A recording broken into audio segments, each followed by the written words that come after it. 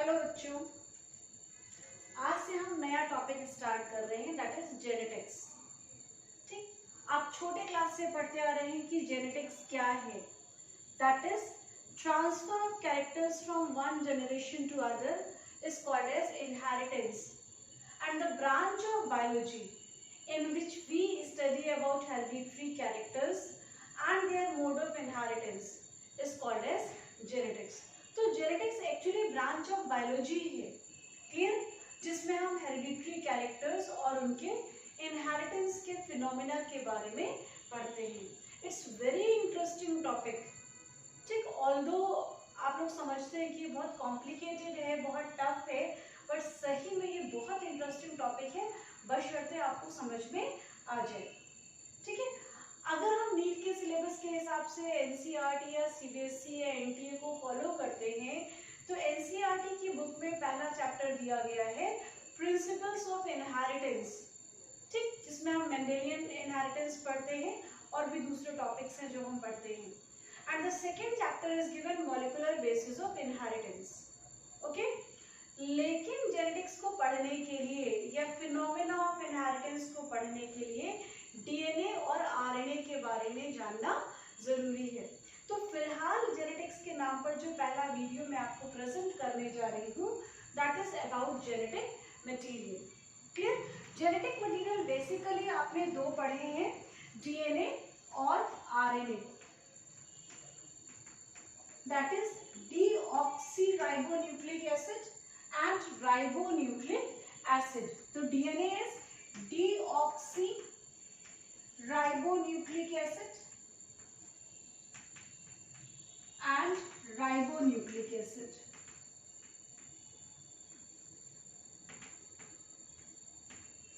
यहीं पर हम दो बातें डिस्कस कर लें, that is most of the organism में genetic material is DNA, clear, या main genetic material is DNA, except retroviruses, like we can talk about TMB or HIV, where genetic material is RNA।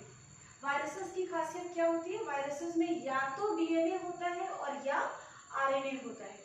ठीक है, तो viruses में वो virus जिनमें RNA is the genetic material, it means they do not have DNA, they are called as retrovirus।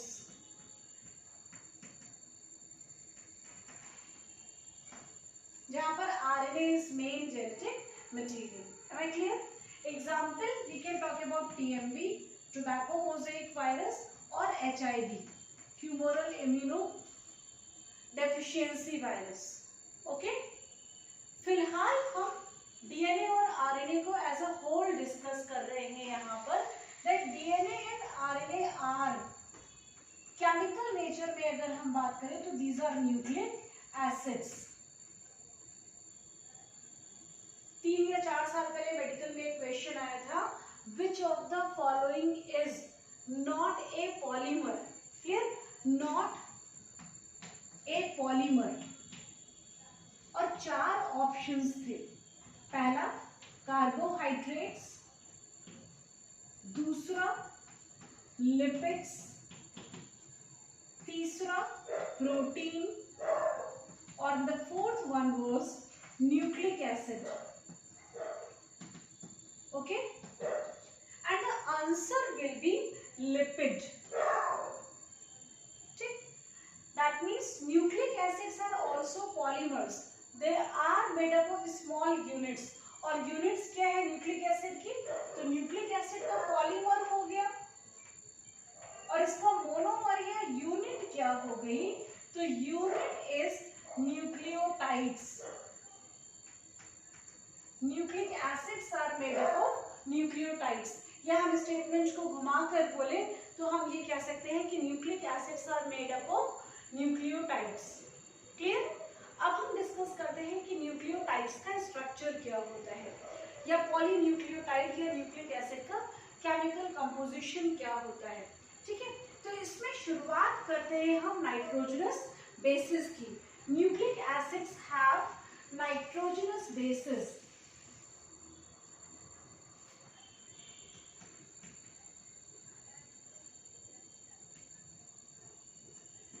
There are nitrogenous basis.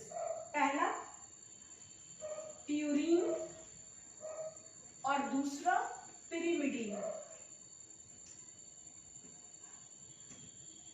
Purine are adenine and guanine, दोनों ही DNA और RNA दोनों में पाए जाते हैं। ठीक है, पिरिमिडीन में साइटोसिन एंड या तो थायमीन होगा, तो डीएनए हैज थायमीन, और uracil, RNA has uracil. DNA में थायमीन पाया जाएगा और आरएनए में यूरेसिल पाया जाएगा। क्लास 11th में बायोमोलिक्यूल वाले चैप्टर में आपने पढ़ा है कि name of thymine is, this is important for NEET, thymine का केमिकल नेम है 5-मिथाइल यूरेसिल। Is it clear? ये पूछा भी जा चुका है एक बार मेडिकल एग्जामिनेशन। क्लियर? तो थायमीन का आईयूपीएसी नाम कह सकते हो, दैट इज 5-मिथाइल यूरेसिल। और हमेशा ध्यान रखना, कोई भी जेनेटिक मटेरियल जो मिथाइलेटेड होता है, जिसमें मिथाइल ग्रुप होता है, वो ज्यादा स्टेबल होता है। That is why thymine is more stable than uracil. Is it clear? चलिए आगे डिस्कस करते हैं। ठीक, तो पहली चीज हो गई हमारे पास नाइट्रोजनस बेसिस। दो टाइप के nitrogenous bases, purine and pyrimidine. Purine consists of adenine and guanine, and pyrimidine consists of cytosine, thymine, and uracil. Okay? These nitrogenous bases will combine with pentose sugar. Pentose sugar भी दो type की, DNA में डीऑक्सीरिबोज sugar और RNA में ribose sugar. Clear? One molecule of base and one of sugar will make nucleoside. ये हम लोग biomolecules वाले चैप्टर में भी पढ़ चुके हैं। ठीक है, nucleosides will combine with phosphate to make nucleotide. Okay, then after that large number of nucleotides are polynucleotides. Okay, polynucleotides only are nucleic acids. They will make nucleic acid. Okay, एक बार फटाफट फिर से रिवाइज कर ले। Genetic material में दो type के genetic material, DNA और RNA. Most of the organisms में DNA is main genetic material except retroviruses. Okay, DNA and RNA are nucleic acids made up of nucleotides. Nucleotides या nucleic acid की formation में क्या क्या involve है? तो सबसे पहले नाइट्रोजनस बेसिस, दो टाइप के नाइट्रोजनस बेसिस, प्यूरीन और पिरिमिडीन। प्यूरीन में एडेनिन और ग्वानिन, जिसको याद करने में दिक्कत हो वो एक वर्ड याद कर सकता है, प्यूगाकिट्टू। प्यूरीन में ग्वानिन और एडेनिन और पिरिमिडीन में cytosine, thymine and uracil. Okay, DNA में एडेनिन, ग्वानिन, साइटोसिन और थायमिन पाया जाएगा, जबकि आरएनए में एडेनिन, ग्वानिन, साइटोसिन और यूरेसिल होगा। In place of thymine they have uracil. Fine, nitrogenous bases will combine with pentose sugar. Pentose sugar means 5 carbon containing sugar. DNA में deoxyribose sugar, RNA में ribose sugar. Base plus sugar will make nucleoside. Nucleoside will combine with phosphate to make nucleotide. Then polynucleotides, large number of nucleotides will make polynucleotides. And polynucleotides are nucleic acids. Fine. Then molecular structure of DNA. Now who gave molecular structure of DNA? So molecular structure of DNA was given by Watson and Crick.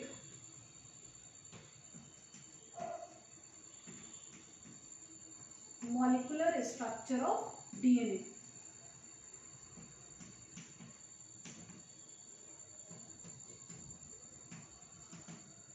ठीक है, Watson and क्रिक ने कहा DNA is double stranded spirally coiled structure. ठीक है, double stranded, helically और spirally coiled.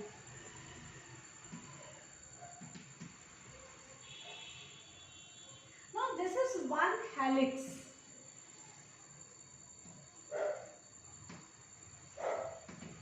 Fine, one helix has 10 base pair. Base pair क्या है अभी हम आगे देखते हैं। Fine, length of one helix is 34 angstrom. अब यहाँ पर 10 बेस पेयर्स है, तो 1 2 these are 10 base pair. 34 angstrom की लेंथ में 10 बेस पेयर है, तो ऑब्वियसली दो बेस पेयर के बीच में there will be gap of 3.4 angstrom. Okay, and the width of DNA that is of 20 angstrom. Am I clear? Width of DNA is of 20 angstrom. और यहाँ ये जो टर्सलाइन या जो coiling हो रहा है, this is right-handed coiling.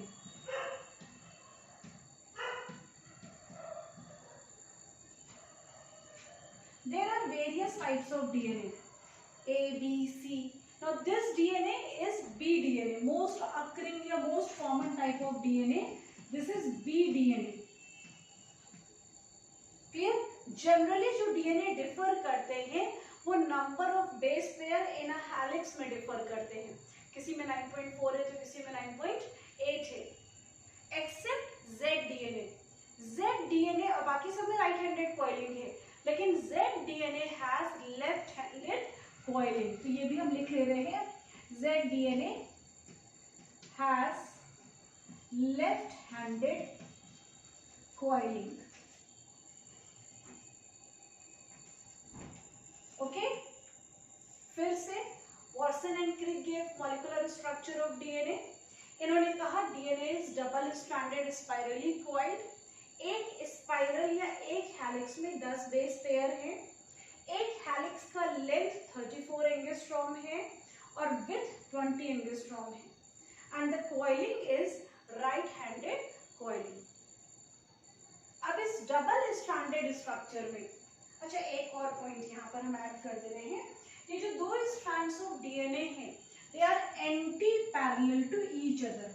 इधर 3 टर्मिनल तो इधर 5 टर्मिनल, इधर 5 टर्मिनल तो इधर 3 टर्मिनल। ये 3 टर्मिनल और 5 टर्मिनल क्या है ये अभी हम आगे देखते हैं। Clear? And the arrow is always placed in 5 to 3 direction. That is why they are anti parallel. Arrow का भी क्या कॉन्सेप्ट है ये आगे की कंटेंट में अभी देखेंगे। ठीक है, अभी एकदम से कंफ्यूज नहीं होते हैं। फिलहाल molecular organisation in a molecule या इन अ मॉलिक्यूल क्यों बोले, इन अ डीएनए बोले हम। डीएनए में मैंने आपको कहा सबसे पहले हमारे पास नाइट्रोजनस बेसेस हैं और 4 नाइट्रोजनस बेसेस हैं। हम इनका सीक्वेंस कुछ भी लिख सकते हैं। कुछ भी क्यों लिख सकते हैं?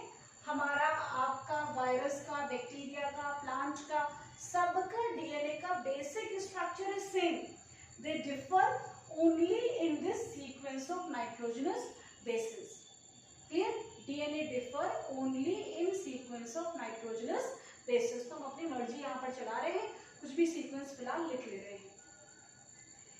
बेस के साथ जुड़ा हुआ शुगर मॉलिक्यूल, आपने लिखा base plus sugar will make nucleoside, तो यहां पर शुगर कंबाइन कर दिया। Okay, this is nucleoside. Base plus sugar is nucleoside. Fine. Now nucleoside या you can say 2 nucleosides joined with the help of phosphate या फॉस्फोडाइईस्टर bond. ये जो bonding हो रही है इसको हम कहेंगे फॉस्फोडाइईस्टर बॉन्ड। फिलहाल ये रहा फॉस्फेट के साथ अटैचमेंट, ओके, जिसमें base plus sugar plus phosphate तीनों को मिलाकर हम कह देंगे न्यूक्लियोटाइड। तो base plus sugar was nucleoside, base sugar और फॉस्फेट को मिलाकर हमने कह दिया nucleotide. So the difference is clear in nucleoside and nucleotide. Nucleoside base plus sugar और nucleotide base sugar and phosphate. Now this is the structure of one strand of DNA. In another strand, opposite to adenine is always thymine. Adenine and thymine are called as complementary bases of each other. यहीं पर हम लिखते रहे adenine and thymine are complementary bases.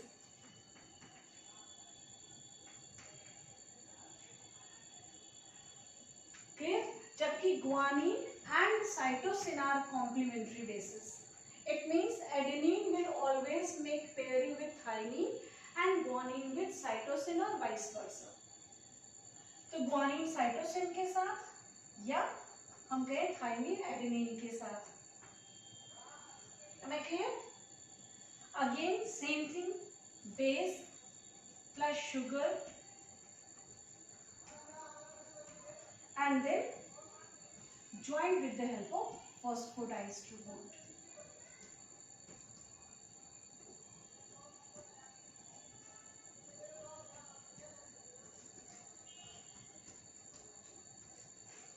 Okay, now here bond between these two strands, this is one strand of DNA, this is another strand of DNA, इन दोनों के बीच में hydrogen bond होता है। एडेनिन और थाइमिन के बीच में डबल हाइड्रोजन बॉन्ड और गुआनिन और साइटोसिन के बीच में triple hydrogen bond.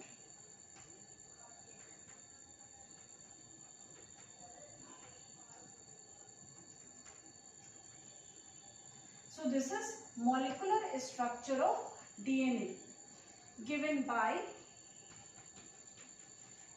Watson and Crick। ठीक है, फिर से सुनो, एक स्ट्रैंड में बेस, फिर शुगर और फिर फॉस्फेट, जिसमें एडेनिन मतलब दिस सीक्वेंस में be different in different DNAs and then opposite to adenine will always be thymine और vice versa. In the same way opposite to guanine will be cytosine और vice versa. Is it clear? Base plus sugar will make nucleoside, base sugar and phosphate will make nucleotide. Adenine और thymine के बीच में double hydrogen bond और guanine और cytosine के बीच में ट्रिपल हाइड्रोजन बॉन्ड। क्लियर? अब यहाँ पर हम बॉन्ड्स डिस्कस कर लें, किस किस के बीच में कौन सा बॉन्ड बन रहा है। ठीक है, तो बेस, पहला चीज क्या था हमारे पास? बेस था। बेस के साथ क्या जुड़ रहा था? शुगर। बेस और शुगर के बीच में हमेशा ग्लाइकोसिडिक बॉन्ड बनेगा। ये सारे इंपॉर्टेंट पॉइंट्स हैं ऑब्जेक्टिव क्वेश्चन के लिए। तो बेस और शुगर के बीच में ग्लाइकोसिडिक बॉन्ड, मतलब this bond is glycosidic. Okay, base sugar ने मिलके बना लिया न्यूक्लियोसाइड, यहीं पर लिख दे रहे हैं, this is a nucleoside. Okay, this nucleoside will attach with phosphate। Okay, अब ये जो बॉन्ड है एक शुगर और एक फॉस्फेट के बीच में, इसको हम फॉस्फोईस्टर या ईस्टर बॉन्ड कह सकते हैं। फॉस्फो ईस्टर बॉन्ड, ये तो between one sugar and one phosphate है, या न्यूक्लियोसाइड और फॉस्फेट के बीच का जो बॉन्डिंग है वो फॉस्फोईस्टर बॉन्ड है। लेकिन ये फॉस्फेट दूसरे न्यूक्लियोसाइड के साथ में तो बॉन्ड बनाता है।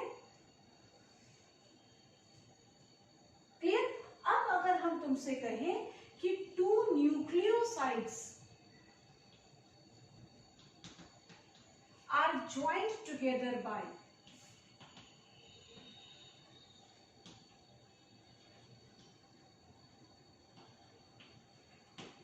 then you will say phosphodiester bond. Okay, अब जब हम इसको कलेक्टिवली बोलेंगे, इसको और इसको मिलाकर बोलेंगे, तब हम बोलेंगे फॉस्फोडाइईस्टर बॉन्ड। इतनी बात सबको समझ में आ गई होगी, ठीक है। बेस और शुगर के बीच में ग्लाइकोसिलिक बॉन्ड, शुगर और फॉस्फेट के बीच में फॉस्फोईस्टर बॉन्ड। लेकिन अगर हम कहें कि टू न्यूक्लियोसाइड्स, एक न्यूक्लियोसाइड ये और एक न्यूक्लियोसाइड ये, are joint together by, then we will say phosphodiester bond, क्योंकि एक ईस्टर बॉन्ड यहाँ बनेगा और एक ईस्टर बॉन्ड यहाँ बनेगा। क्लियर? एक और चीज हम पढ़ लेते हैं। अभी हमने कहा कि टू स्ट्रैंड्स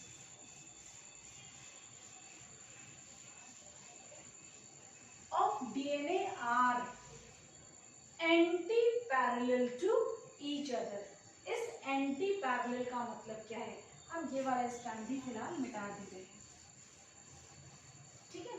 इसको नहीं रब कर रहे हैं बिकॉज मैं एक बार फिर यहाँ पर कॉपी कर दे रही हूँ। This is hydrogen bond, okay, this is glycosidic bond.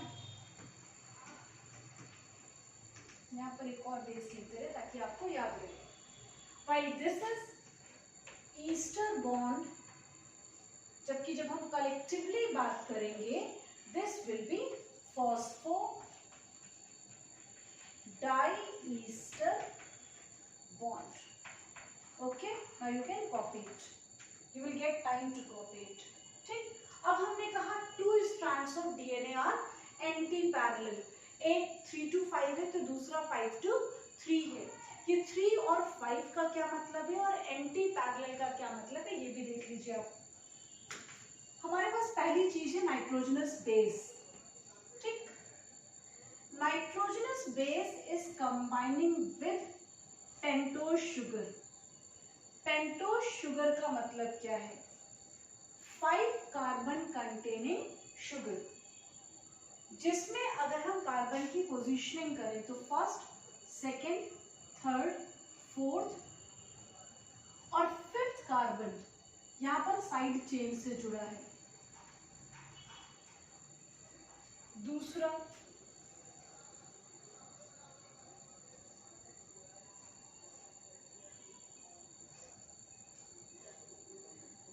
First, second, third, fourth और fifth carbon. Clear? Third,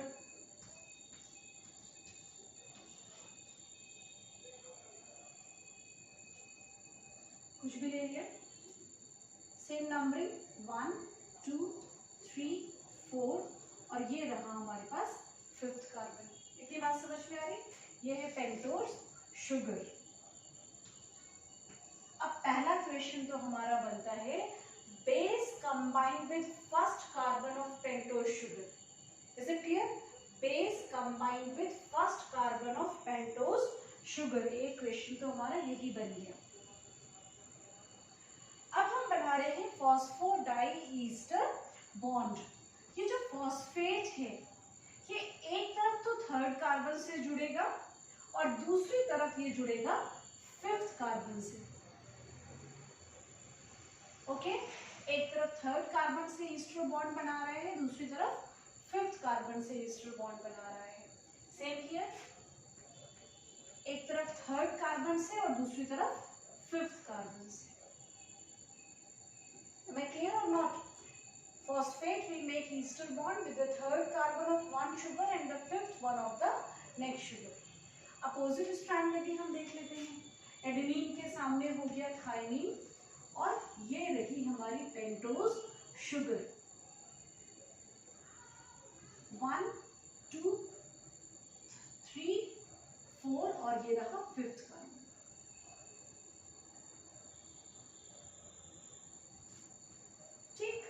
guanine के सामने साइटोसिन,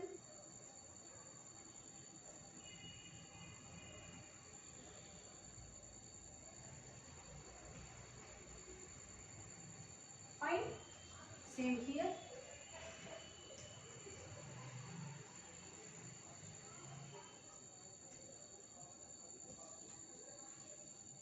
इज इट ओके? अब हम ज्वाइनिंग कराते हैं, फिफ्थ एंड थर्ड,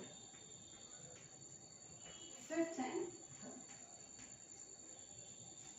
अब देखो इस स्ट्रैंड में